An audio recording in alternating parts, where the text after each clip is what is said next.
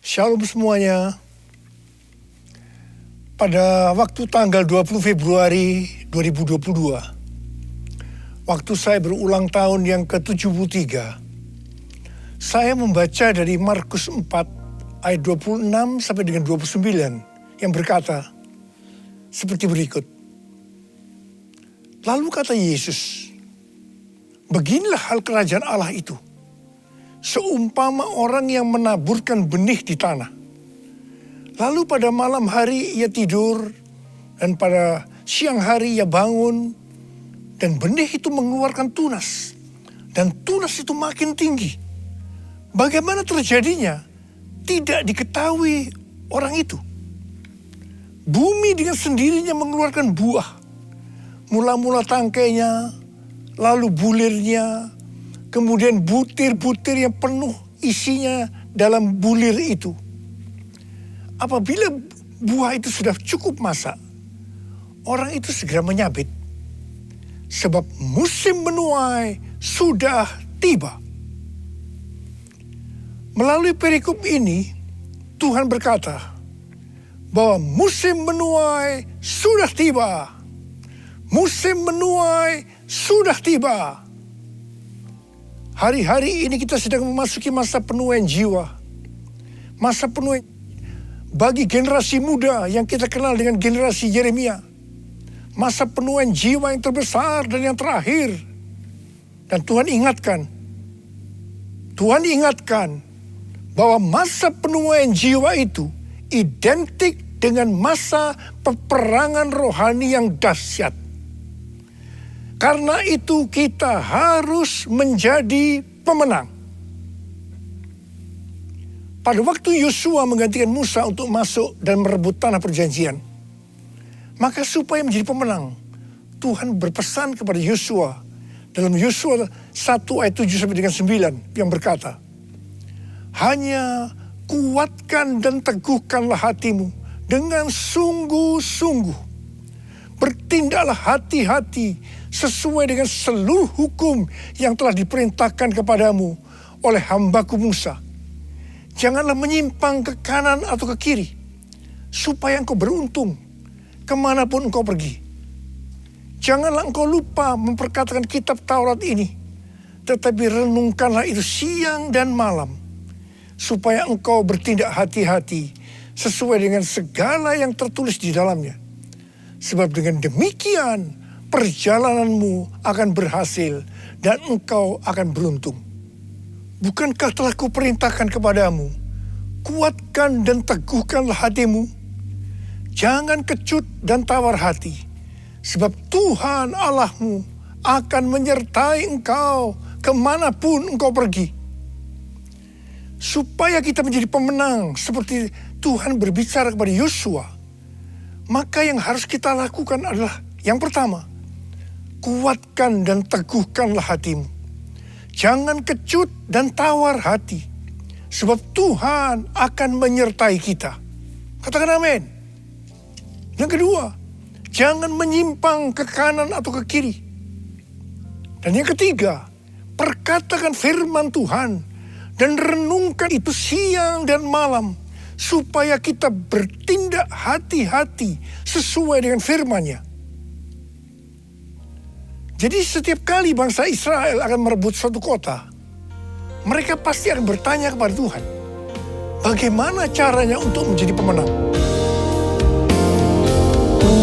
Kuatkan dan teguhkan hatimu, jangan takut dan tawar hati, sebab Tuhan besertamu. Kuatkan dan teguhkan hatimu. Yesus Tuhan berjalan di depanmu, berikan kemenangan.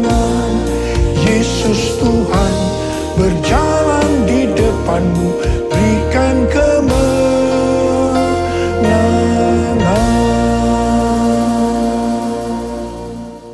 Pada suatu hari, ketika mereka akan merebut kota Ai, mereka tidak bertanya kepada Tuhan, Karena menganggap Ai adalah kota kecil dan jumlah orangnya sedikit. Jadi mereka menganggap enteng. Tetapi apa yang terjadi? Justru mereka kalah perang. 36 orang mati. Ini membuat mereka sangat tawar hati. Mereka berseru-seru meminta ampun kepada Tuhan. Pertanyaannya, mengapa mereka bisa tidak bertanya kepada Tuhan? Padahal di setiap langkah mereka, setiap kali mereka merebut satu kota, mereka akan bertanya kepada Tuhan. Jawabannya, Tuhan yang mengizinkan mereka lupa bertanya. Karena ada dosa dari Achan yang mengambil barang yang dikhususkan. Sehingga Tuhan murka terhadap orang Israel. Kekalahan bangsa Israel ini merupakan pelajaran bagi kita. Kalau kita teledor dengan hal-hal yang seharusnya kita bertanya kepada Tuhan, tetapi tidak kita lakukan, sehingga terjadi hal-hal yang tidak kita inginkan, kita harus introspeksi. Apakah ada dosa yang kita lakukan yang belum diselesaikan dengan Tuhan? Sebab ini akan bisa berakibat seperti yang dialami oleh bangsa Israel. Kalau kita melihat pesan Tuhan Yesus kepada 7 sidang jemaat dalam Wahyu 2 dan Wahyu pasal 3, di mana ini juga berbicara tentang pesan Tuhan Yesus kepada gereja sepanjang masa, termasuk gereja masa kini, maka selalu akan diakhiri dengan kata-kata sebagai berikut. Barang siapa bertelinga, hendaklah mendengarkan apa yang dikatakan oleh Roh kepada jemaat-jemaat. Dan barang siapa menang, upahnya adalah masuk surga. Sekali lagi, bahwa peperangan rohani berhubungan erat dengan menjadi pemenang. Kita harus menjadi pemenang dalam melawan dosa, iblis, dan kedagingan kita. Kuncinya adalah mendengarkan apa yang dikatakan oleh Roh dan melakukannya. Ingat saudara, hanya para pemenang yang masuk surga. Kisah Para Rasul 13 ayat 22 berkata bahwa tentang Daud, Allah telah menyatakan, aku telah mendapat Daud bin Isai, seorang yang berkenan di hatiku dan yang melakukan segala kehendakku. Daud berkenan di hati Tuhan karena melakukan segala kehendaknya. Tadi dikatakan bahwa pemenang adalah orang yang mendengarkan apa yang dikatakan oleh Roh dan melakukannya. Jadi Daud adalah seorang pemenang. Ini tidak berarti bahwa Daud tidak pernah berbuat dosa. Mungkin dosa Daud dengan peristiwa Batsheba merupakan dosa yang sangat besar. Tetapi yang penting, bagaimana Daud menyelesaikan dosa itu dengan Tuhan. Tidak banyak orang seperti Daud yang ketika ditegur dosanya langsung mengaku dan minta ampun. Banyak yang justru sebaliknya, mereka belit dan tidak jujur. Selain itu, Daud tidak berulang-ulang melakukan dosa yang sama. Kalau dia sudah bertobat terhadap suatu dosa, dia akan benar-benar bertobat dan tidak akan mengulangi lagi. Pada waktu itu, Daud lari dari Yerusalem karena anaknya Absalom memberontak dan mau membunuh dia. Di tengah perjalanan, ketika hati Daud sedang sedih dan dia menangis, tiba-tiba ada seorang yang bernama Simei, salah satu keluarga dari Saul, di hadapan para pahlawan dan prajurit-prajuritnya. Dia mengutuk Daud habis-habisan sambil melemparinya dengan batu. Pada waktu Abisai, seorang pahlawan dari Daud, melihat itu, dia minta izin kepada Daud untuk memenggal kepala Simei. Tetapi apa jawaban Daud? Perhatikan jawaban Daud ini. Biarlah dia mengutuk. Sebab apabila Tuhan berfirman kepadanya, kutukilah Daud. Kita bisa apa? Sedangkan anak kandungku ingin mencabut nyawaku. Apalagi dia yang bukan keluargaku. Biarkanlah dia. Dan biarkan dia mengutuk. Sebab Tuhan yang telah berfirman padanya demikian. Mungkin Tuhan akan memperhatikan kesengsaraanku ini. Dan Tuhan akan membalas yang baik kepadaku. Sebagai ganti kutuk orang itu kepadaku hari ini. Saudara, dalam pelayanan saya, mungkin saya ini termasuk salah seorang hamba Tuhan yang paling banyak dimaki-maki dan dikutuki orang. Terus terang saya banyak belajar dari Daud ini. Saya bersyukur kepada Tuhan bahwa sampai dengan hari ini, saya masih diberi kesanggupan oleh Tuhan untuk melakukan seperti apa yang telah dilakukan oleh Daud. Akhir daripada pemberontakan Absalom, anak Daud, itu berakhir dengan kematian dari Absalom. Ketika Daud pulang kembali ke Yerusalem dan ia sampai ke tepi sungai Yordan, maka banyak orang yang menyambut dia, termasuk Shimei. Shimei sujud di hadapan Daud untuk minta ampun.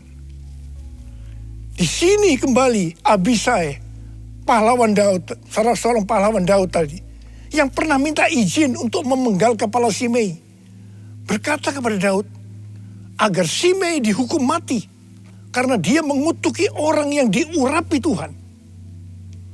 Tetapi Daud dengan tegas berkata kepada Abisai, tidak. Kemudian Daud berkata kepada Shimei, engkau tidak akan mati. Dan Daud bersumpah kepadanya. Puji Tuhan saudara, sampai dengan hari ini, dengan kekuatan yang diberikan oleh Tuhan, saya tidak pernah dendam kepada orang-orang yang dengan sengaja atau tidak sengaja berbuat jahat kepada saya. Meskipun mereka tidak minta maaf, saya tetap melupakan apa yang pernah mereka lakukan kepada saya. Haleluya. Allah yang bela, siapa lawan dia? Lebih dari pemenang dalam segala hal. Aku pasti dapat lakukan semua, melakukan semua. Yesus yang beri kekuatan, oh terpujilah namanya. Yesus yang beri kekuatan, oh terpujilah namanya. Menjelang kematiannya, Daud memberikan pesan kepada Salomo. Salah satunya adalah mengenai Shimei ini. Daud berkata kepada Salomo, juga masih ada padamu Shimei bin Gera, orang Benyamin dari Bahurim. Dialah yang mengutuki aku dengan kutuk yang kejam pada waktu aku pergi ke Mahanaim. Tetapi kemudian dia datang menyongsong aku di tepi sungai Yordan. Dan aku bersumpah kepadanya, demi Tuhan, tidak akan kubunuh engkau dengan pedang. Sekarang, janganlah bebaskan dia dari hukuman. Sebab engkau orang bijaksana dan tahu apa yang harus kau lakukan kepadanya untuk membuat yang ubanan itu turun dengan berdarah ke dunia orang mati. Wow, banyak komentar yang muncul dengan adanya pernyataan Daud ini. Ada yang bilang, sayang sekali Daud yang terkenal berkenan di hati Tuhan karena menuruti segala perintahnya, ternyata masih menyimpan dendam kepada Shimei. Padahal dia sudah bersumpah untuk mengampuni Shimei. Ada juga yang berkomentar, peristiwa Ini adalah di perjanjian lama. Tidak bisa dibandingkan dengan peristiwa di perjanjian baru. Tapi bagi saya, secara pribadi, waktu saya membaca peristiwa ini, justru mempunyai pengertian yang berbeda dengan tafsiran yang ada di atas tadi. Bagi saya, ini bukan karena Daud dendam kepada Shimei, tetapi karena Tuhan yang akan menghukum Shimei karena perbuatannya kepada Daud. Tuhan memberitahukan hal itu kepada Daud, dan Daud memberitahukannya kepada Salomo. Cerita ini belum berakhir. Sekarang mari kita lihat, apakah pengertian yang saya dapatkan itu benar atau tidak. Apa yang Salomo lakukan kepada Shimei? Sebagai seorang yang bijaksana, Salomo memanggil Shimei dan berkata, kamu buat rumah di Yerusalem, dan kamu tinggal di sana, janganlah kamu keluar kemana-mana.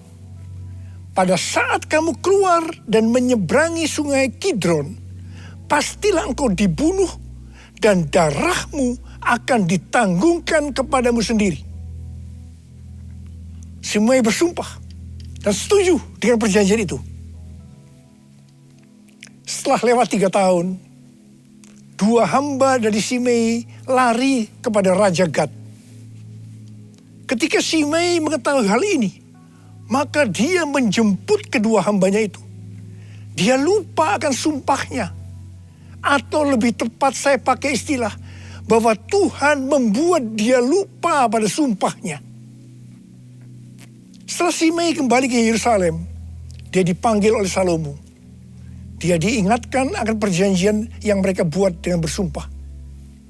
Mengapa engkau tidak menepati sumpah demi Tuhan itu dan perintah yang kuperintahkan kepadamu?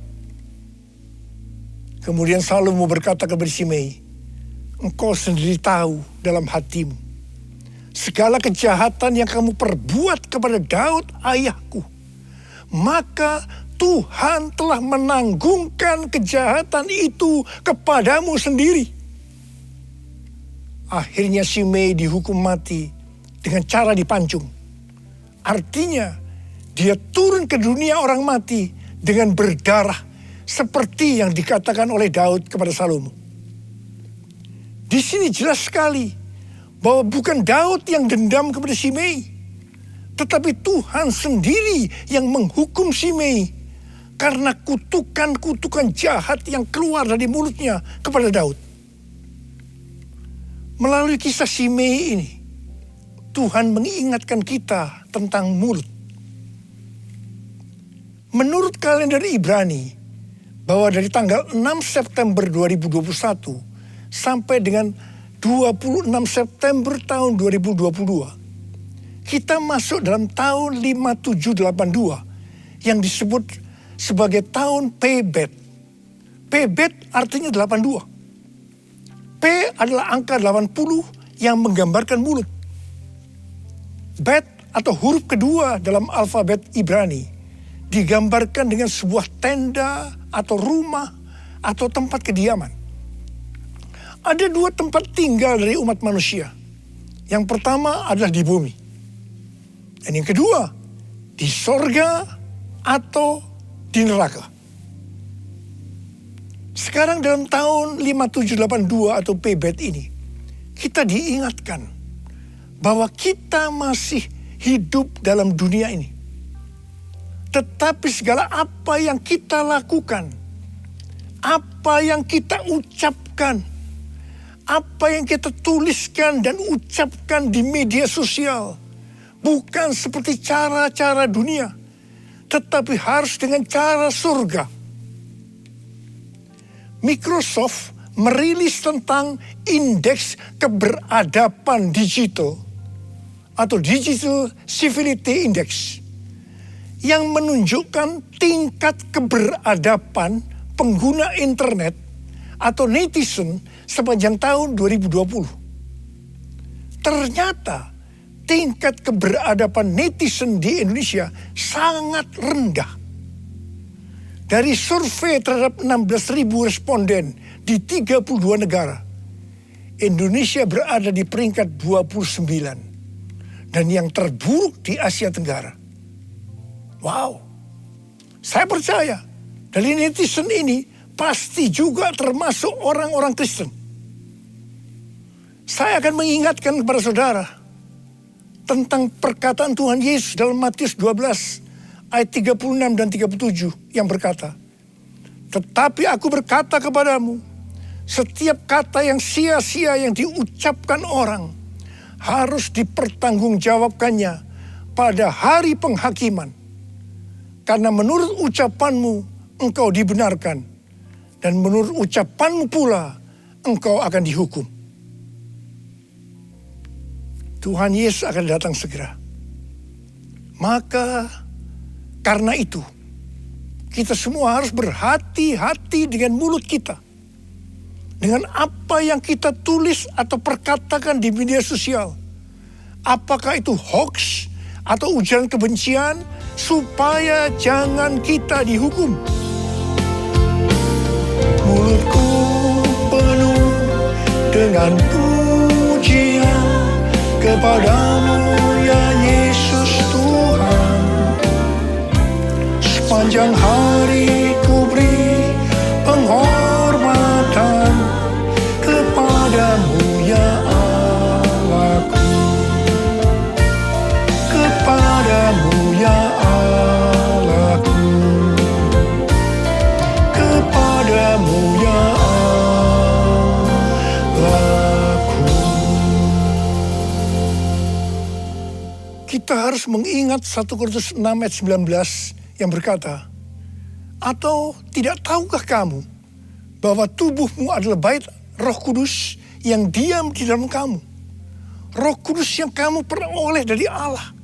Dan bahwa kamu bukan milik kamu sendiri." Sekali lagi saya ingatkan bahwa tubuh kita bukan milik kita sendiri. Mulut kita bukan milik kita sendiri, tetapi miliknya Tuhan Yesus. Karena kita sudah dibeli dengan harga yang mahal dari kuasa iblis dengan darah Tuhan Yesus sendiri. Kita harus menggunakan mulut untuk berbicara hal-hal yang sesuai dengan firman Tuhan. Termasuk juga saat berbicara dan menulis di media sosial. Karena itu, sekali lagi saya mau katakan, jadilah pemenang. Jadilah pemenang. Saya berdoa agar kita semua menjadi pemenang. Dan sekali lagi, hanya pemenang yang masuk sorga. Saya mau berdoa buat saudara. Ada berapa banyak di antara saudara yang berkata kepada Tuhan, "Tuhan, saya mau jadi pemenang. Saya mau jadi pemenang." Mari angkat tangan kita. Kita nyanyikan lagu ini bersama-sama. Allah yang bela, siapa lawan Dia? Lebih dari pemenang dalam segala hal. Ku pasti dapat, aku pasti dapat lakukan semua, melakukan semua. Yesus yang beri kekuatan, oh terpujilah namanya. Yesus yang beri kekuatan, oh terpujilah namanya.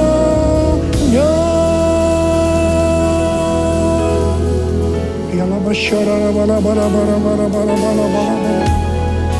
Muria la la la bala bala bala bala bala bala bala bala bala bala. Angkat tangan saudara. Saudara mau didoakan, mau jadi pemenang. Angkat tanganmu. Tuhan, kau melihat tangan-tangan yang terangkat saat ini. Anak-anakmu mau jadi pemenang ya Tuhan. Menjadi pemenang, dan hamba-Mu tahu itulah yang kau kehendaki agar kami semua menjadi pemenang. Oh rabababababababa, berdoa buat mereka ya Tuhan. Berdoa buat segala pergumulan yang mereka hadapi hari-hari. Jadikan mereka pemenang. Mereka pasti dapat ya Tuhan, karena Engkau yang menyertai kami. Karena Engkau yang menyertai kami, Tuhan terima kasih.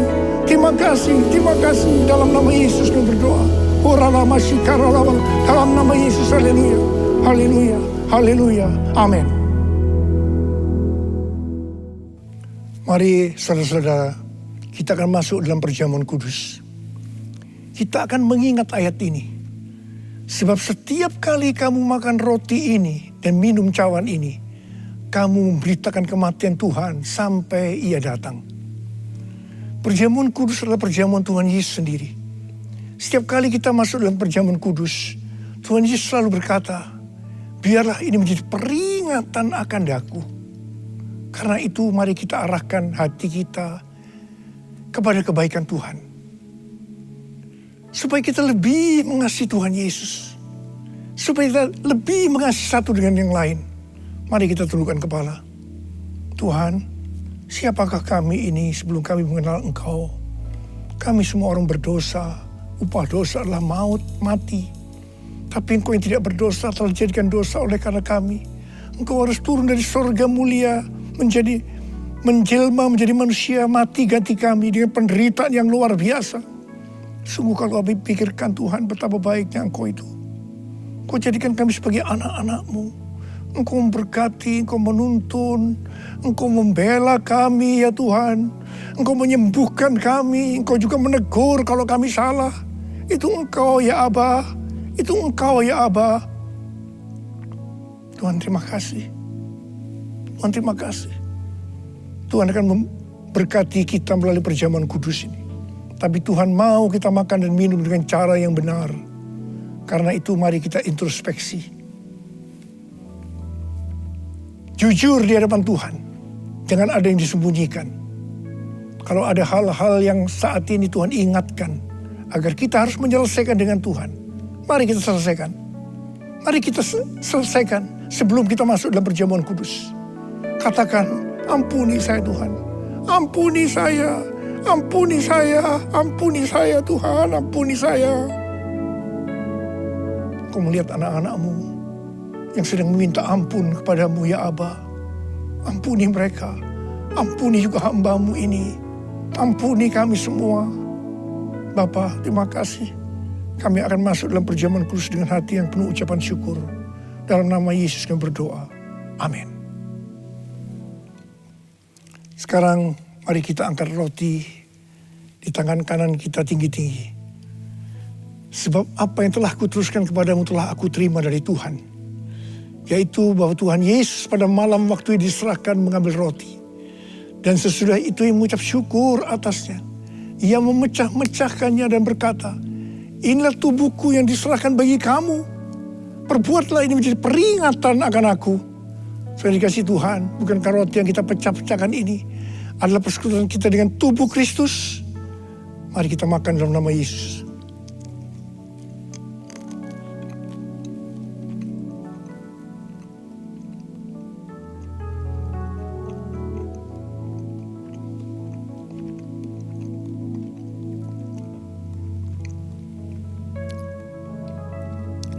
Mari, angkat cawan di tangan kanan kita tinggi-tinggi. Demikian juga ia mengambil cawan sesudah makan, lalu berkata, cawan ini adalah perjanjian baru yang dimeteraikan oleh darahku. Perbuatlah ini, setiap kali kamu meminumnya menjadi peringatan akan aku. Sudah dikasih Tuhan, bukankah cawan pengucapan syukur, yang atasnya kita ucapkan syukur, adalah persekutuan kita dengan darah Yesus. Mari kita minum dalam nama Yesus.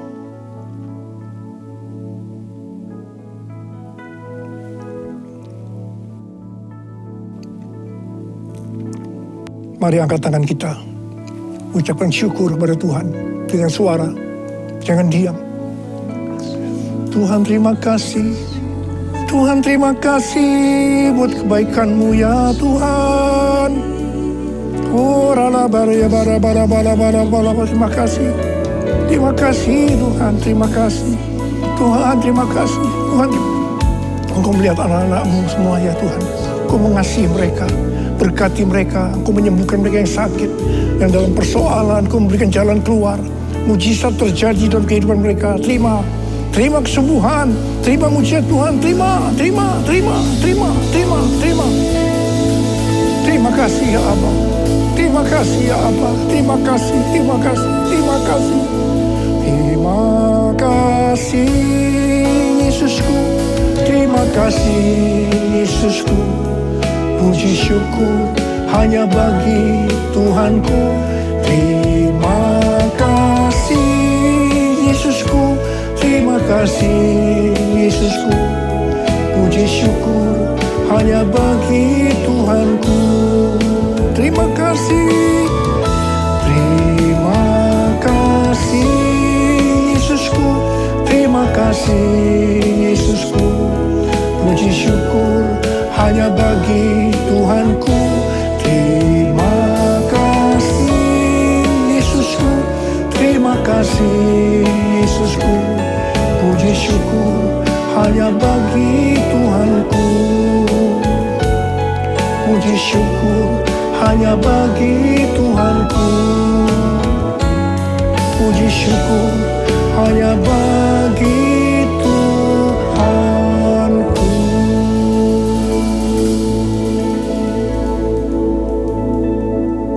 Oh Rarabasyama, terima kasih ya Allah.